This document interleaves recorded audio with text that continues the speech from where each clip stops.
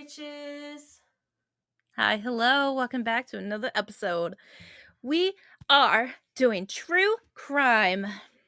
It's not my True episode, so crime. what are we doing, Brandy? This is the back to school killer. Oh, just in time for back to school. Yeah. Yeah. Listen, I'm So, so sick and tired of back to school people already, because let me tell you, traffic fucking sucks. I'm so tired of it. yeah. I mean, it is what it is, right? But it's back to school time, and so the back to school killer. Before I get into the actual like crime and the guy that did it and all of that, I'm gonna focus on the two confirmed victims. So the first victim, the first confirmed victim, is Hannah Graham. She was 18 at the time of her death. She was a University of Virginia sophomore. Um, she was actually from England, but had lived in um, Fairfax County in Virginia since she turned 5 years old. So she lived in the United States most of her life, but she was born in England. Um, she was that light up a room kind of girl. Um, at least according to everyone who knew her. She was optimistic, happy. Um, she was like really threw herself into college and had multiple extracurricular activities that she did. Are these victims like all college students? Uh, the second one is technically not a college student, but she's college age. Oh, okay. Um, Hannah also she was big on helping others, so she was a part of Habitat for Humanity. She helped with rebuilding after a tornado in Tuscaloosa, Alabama. Oh, good for her. She studied French. She was like really working hard on learning the French language, and she studied abroad on her last summer in college in France. Um, she was in the marching band. She played softball. She did ski racing, like downhill skiing, I think. Um, she was her. Bleh, bleh, bleh. She was studying to pursue a career in global public health. Excuse me. So she was very big on like helping people and helping the world and all of that. So there is a website that is like a memorial website to her. Um,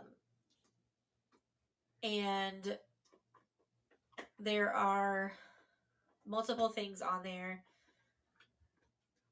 about her and in honor of her. So the Hannah Graham Memorial Award, um, which is a scholarship for University of Virginia students. The Alternative Spring Break Fund, which provides scholarships to people who want to volunteer with Habitat for Humanity on spring break instead of doing like a spring break. The Hannah Graham Memorial Softball Tournament raises money for charities and increases awareness to help protect children from predators. And my goodness, it's like I wasn't yawning until we started recording. Am I boring you? That's fucking rude. Ugh. uh, there's also research being done supported by the World Bank in her honor to address violence against women and girls. Um, and on the website, it also says, and this is like a quote, many people who knew Hannah said that she would change the world. She did, though not in the way that anybody expected. Um, which was kind of morbid, but also like at least something good comes out of it, I guess. Yeah. The second confirmed victim is Morgan Dana Harrington. She was 20. There was not as much to find about her because Hannah, the University of Virginia, had a whole page on their website dedicated to her. Morgan did not go to the University of Virginia, so hers is a little different. She went to Virginia Tech. And then this is a quote from her dad. And it's long, so just bear with me. Her dad also works. He's the vice dean at Virginia Tech. Morgan was a shiny, loving, beautiful original. She was very much loved by her family, friends, and her community, which has now expanded to include much of the world. We cherish the time we had with Morgan and are grateful for the breadth and variety of experiences we were able to share in her tragically abbreviated life. Many people have been asking me about remembering Morgan. This new scholarship seems appropriate since she worked with me at the school for a summer, and I believe her experiences with the professional women mentors there changed her life. So that is from a quote from Daniel Harrington, who is the vice dean at Virginia Tech Carilion School of Medicine, which she, as he said, interned at over one of her summers. That's not the portion of the school she went to. She just went to Virginia Tech. But the scholarship is specifically for women going into that school. Now, those are the two confirmed victims, and we will go into the crimes against them in a moment. But we're going to go back a bit because those two were killed in 2014. We're going to jump back to 2002 and introduce Jesse Matthew. Yeah. Because there was a very long timeline of all of the suspected or known crimes of this man. Mm-hmm. A lot of them he was never connected to officially, but it's widely accepted that he's the one that committed the crimes. So starting on October 17th, 2002, Jesse Matthew was named a suspect in an alleged rape at Liberty University in Lynchburg. Matthew started school at Liberty University in 2000, and in 2002, he left the college immediately after he was named a suspect in this rape. He also played football at Liberty College. Them athletes, just like Stanford. So, he literally left when he was accused of rape, which, I mean, feels like an admission of guilt. Guilty? I think so. Yeah.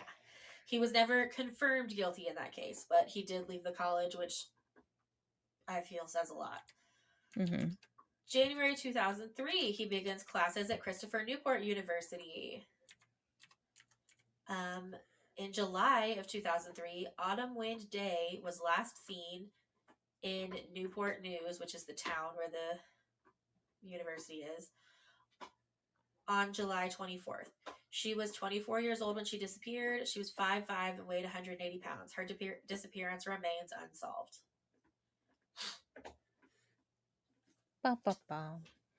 August 2003, so the same year, Matthew joins the Christopher Newport University football team, but leaves the team just 1 month later in September amid another sexual assault investigation. That victim was not identified.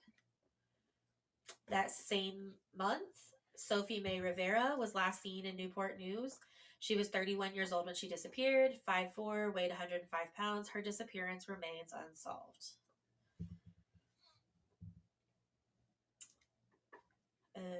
Where'd that just go? Sorry, my iPad jumped.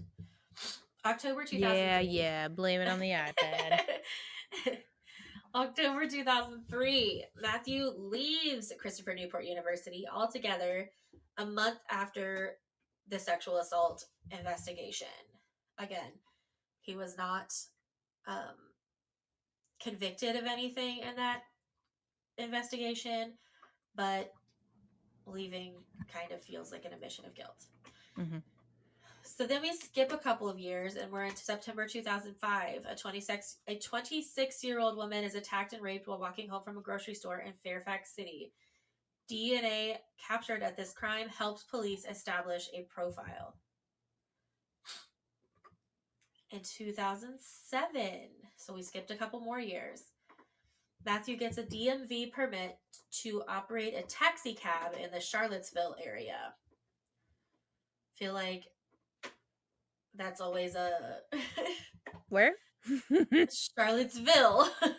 Oh, okay. I was like, where? No, he's in jail right now, dying of cancer, so no worries. Spoiler alert. um, No, that's no spoiler. That's good news. right. um, October 10th, 2009. Cassandra Morton, age 23, disappears from a Lynchburg neighborhood. 7 days later, Morgan Harrington vanishes shortly after leaving a Metallica concert at UVA's John Paul Jones area. Remember, Morgan Dana Harrington is one of our confirmed victims, so we'll come back to her. November 30th, 2009, Cassandra Morton's body was found on Candler's Mountain in Lynchburg near Camp Hideaway, which is a retreat owned by Liberty University. Again, not officially connected to him, but kind Pretty of. damn close. Yeah, January 27th, 2010, so a few months later, Harrington's remains are found on a remote part of the Anchorage farm in Albemarle County, a place where police said someone would have had to know the area to have found the spot. Matthew's taxi permit expires later that year in 2010. In July 2010, the DNA from that earlier profile that they created in Fairfax links that assault to Morgan Harrington's murder, but no one knows yet that Jesse Matthew is responsible for both crimes. Friends of Jesse Matthews would later say that they had joked around with him that he kind of looked like the police sketch. So, hey y'all, if you think your friend maybe kind of looks like a police sketch, I don't know, Probably it. maybe call the police, like, especially with his history, which, I mean, maybe his friends don't know his history, but still, it just seems really sketchy to me. So then, a few months later, Samantha Ann Clark vanished after leaving her Orange County house. She was 19 years old. The person who last talked to her was Randy Taylor, and Taylor was later convicted for the murder of another teen that had disappeared, but this girl, Samantha Ann Clark's disappearance remains unsolved. November 20th, 2012, so 2 years later, 19-year-old Deshad LaQuinn Smith disappeared. Deshad was a young man who cross-dressed as a woman and identified as gay. Deshad was last seen walking along West Main Street near the Amtrak station. A year later, Alexis Murphy was 17, was last seen at a gas station in Lovingston, Virginia, and her car was found in Charlottesville about 35 miles away. A man named Randy Taylor was later convicted of her murder, but her body was never found.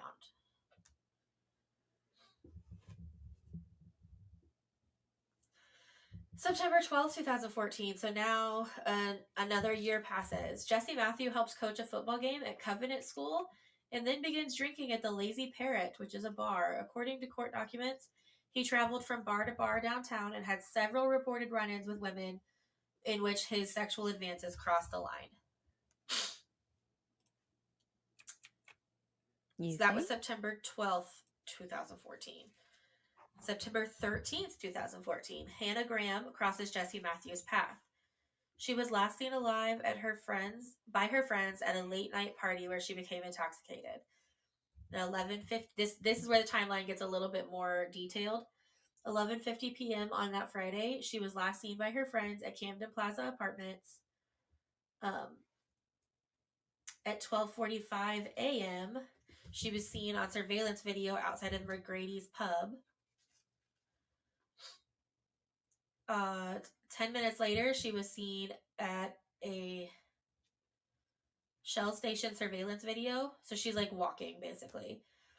1 a.m. she's seen on downtown mall, which I think is a street. At 1:06 a.m. that same day, surveillance video captures Graham in front of Sal's, which I believe is a like a bar or a restaurant. And in this video, you see Graham walking east along. It says the mall. I think it's like a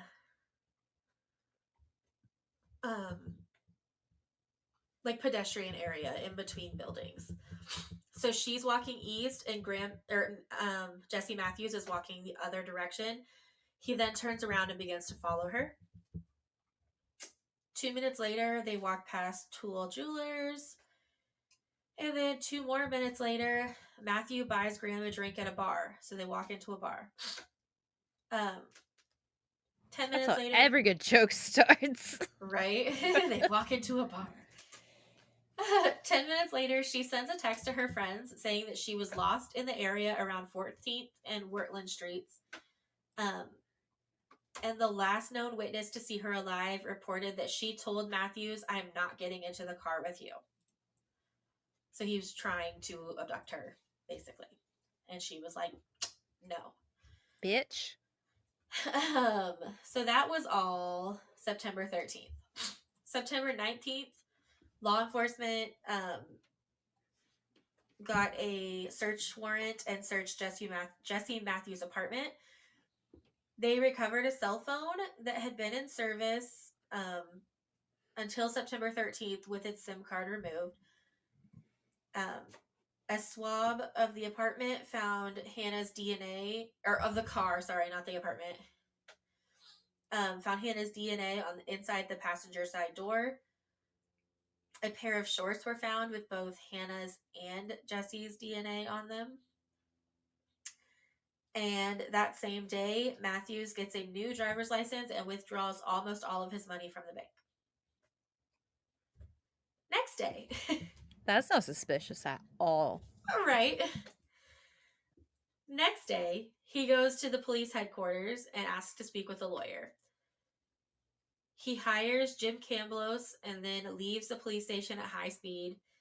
He is named a person of interest by the chief of police the next day. September 23rd, so a few days pass. He's officially named a suspect, and was accused of abduction with the intent to defile. The next day, he's arrested near Galveston, Texas. Mind you, this is all happening in I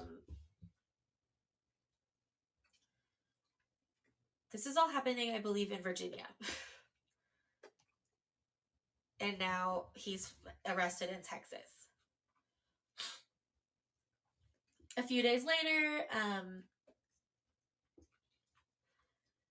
now they have his DNA. So they have now linked him to her abduction, which is not yet known as a murder because they haven't found her body. And it's connected her back to the Harrington murder.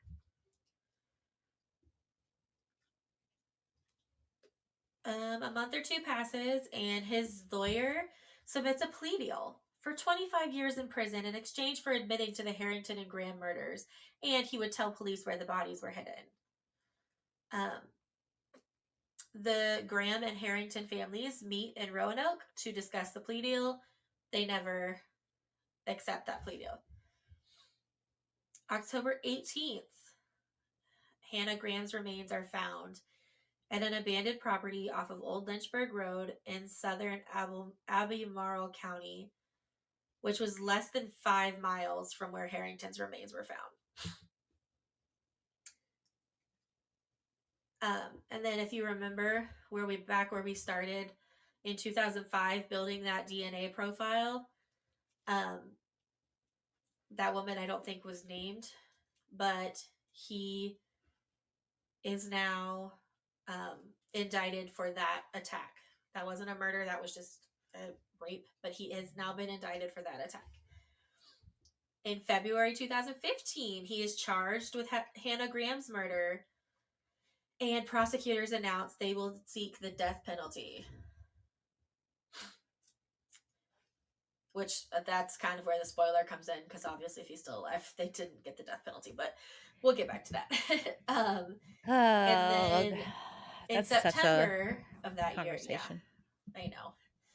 In September of that year, Matthew is formally charged with Harrington's murder. So now he's formally charged with 2 murders and has been indicted on 1 assault. In October of 2015 is sentencing, or, well, not kind of. Matthew gets 3 life sentences for the 2005 rape and attempted murder. Just that one. He gets 3 life sentences.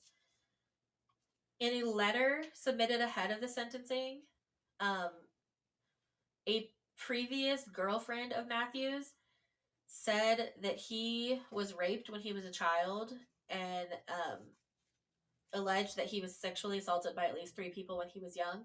And she said that his own rape likely played a role in the rapes and murders of multiple women for which he is currently accused.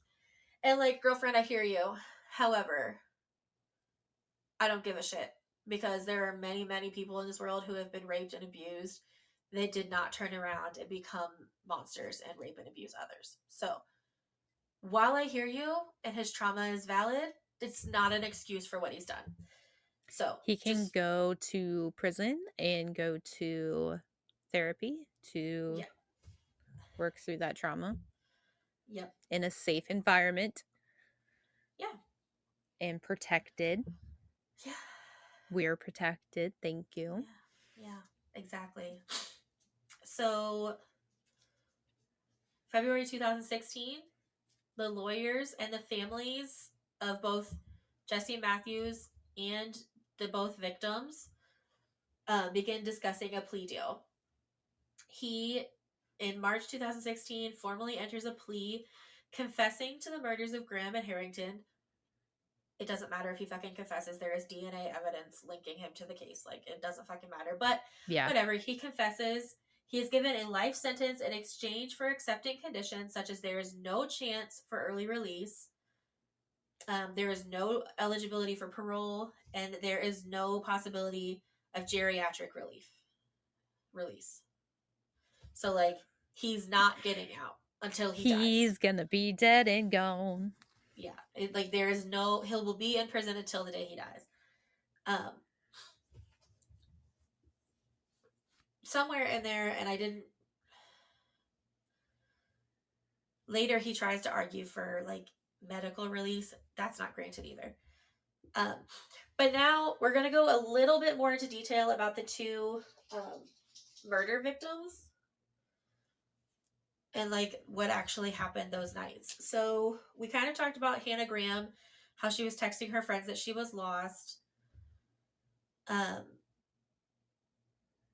We get a little bit more information about some of those other things. Apparently, at those multiple area bars where he was, like, loitering that night, he was accused of groping several different women. And one woman said that he grabbed her leg and she told him not to touch her, and he looked at her in a, quote, crazy way. So he's My favorite is men who think groping you or touching you or anything of the sort inappropriately while at a bar, regardless of anything like that. And they're like, oh, it's fine. It's like, no, you're sexually assaulting me because I yeah, say no. And like, I know there's probably people out there like, seriously, like, you're going to take it to the next level. But it's like, there's people out there with like severe trauma yeah, that don't like this fucking could touch really, me.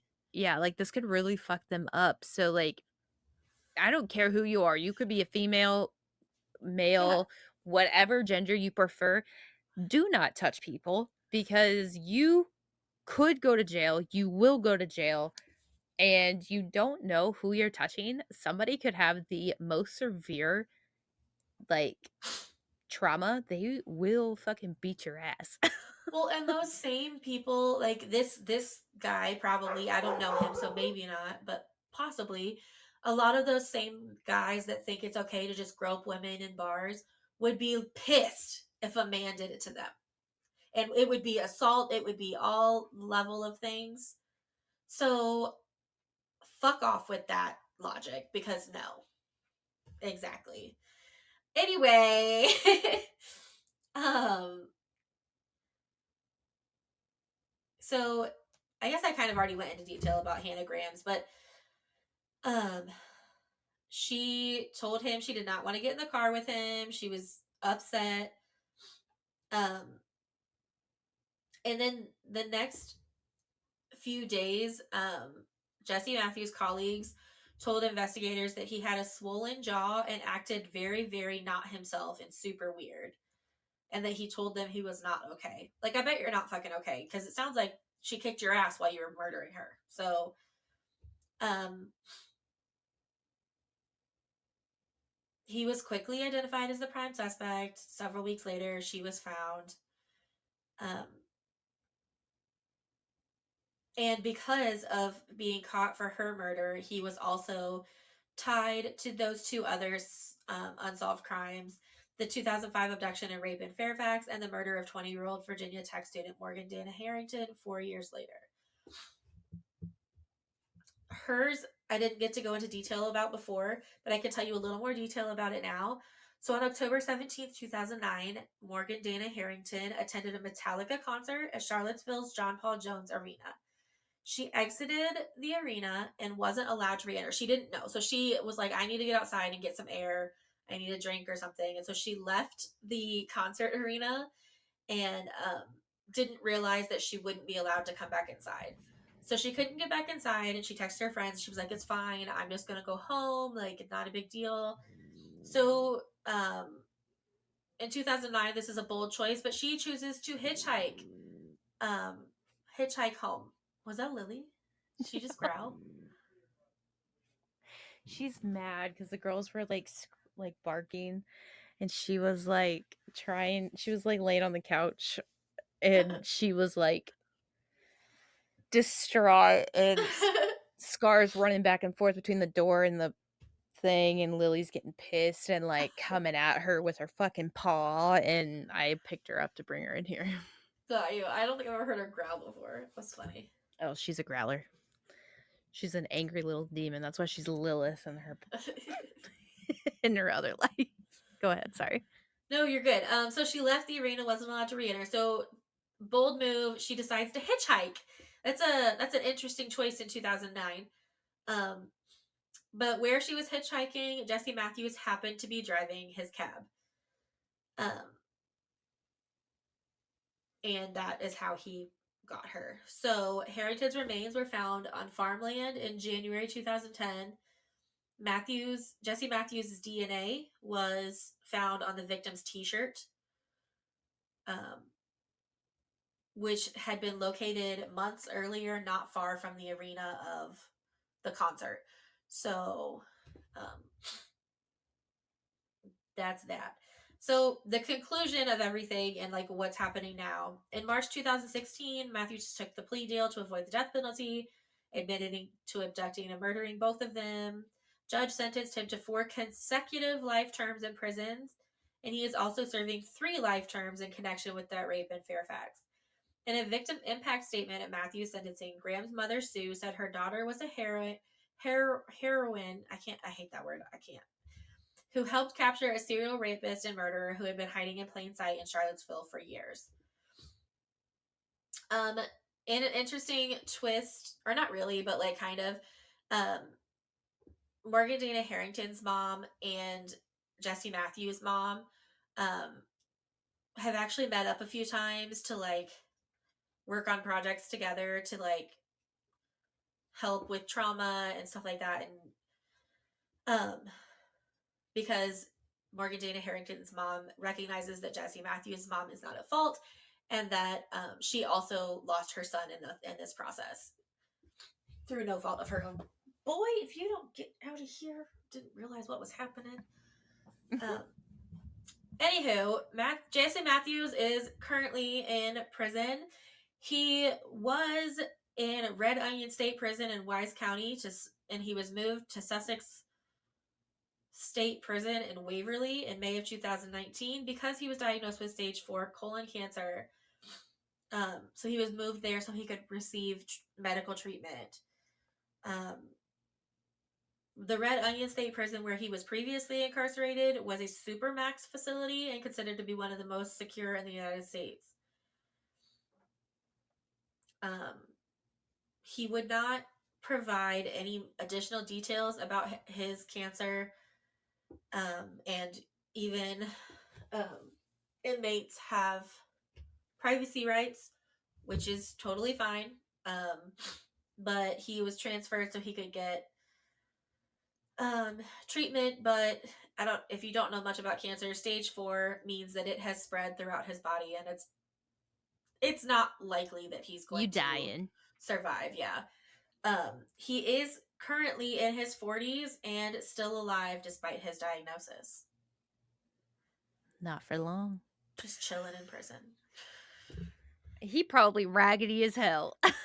He He's gotta probably be. looking pretty bad. He's gotta be. But that is the back to school killer. Oh. Yeah. Honestly, when I heard Back to School Killer, I was thinking like it's going to be a very, very, very dark episode about, Dead children? yeah, Nope. like really like young children, like back in the No, but there 60s when like is people would walk to and from school. a case that I recently watched a documentary about. Um, it's not the kids are the killers in that video, but like they murder like the whole family. Anyway, that's a whole other episode. But I recently watched a documentary about What? it, and it's super interesting. Oh, okay, okay, okay, okay. Okay. Well, There's Odin. we're gonna leave it on that note. Until next time. Oh my god, look at Bye. Odin.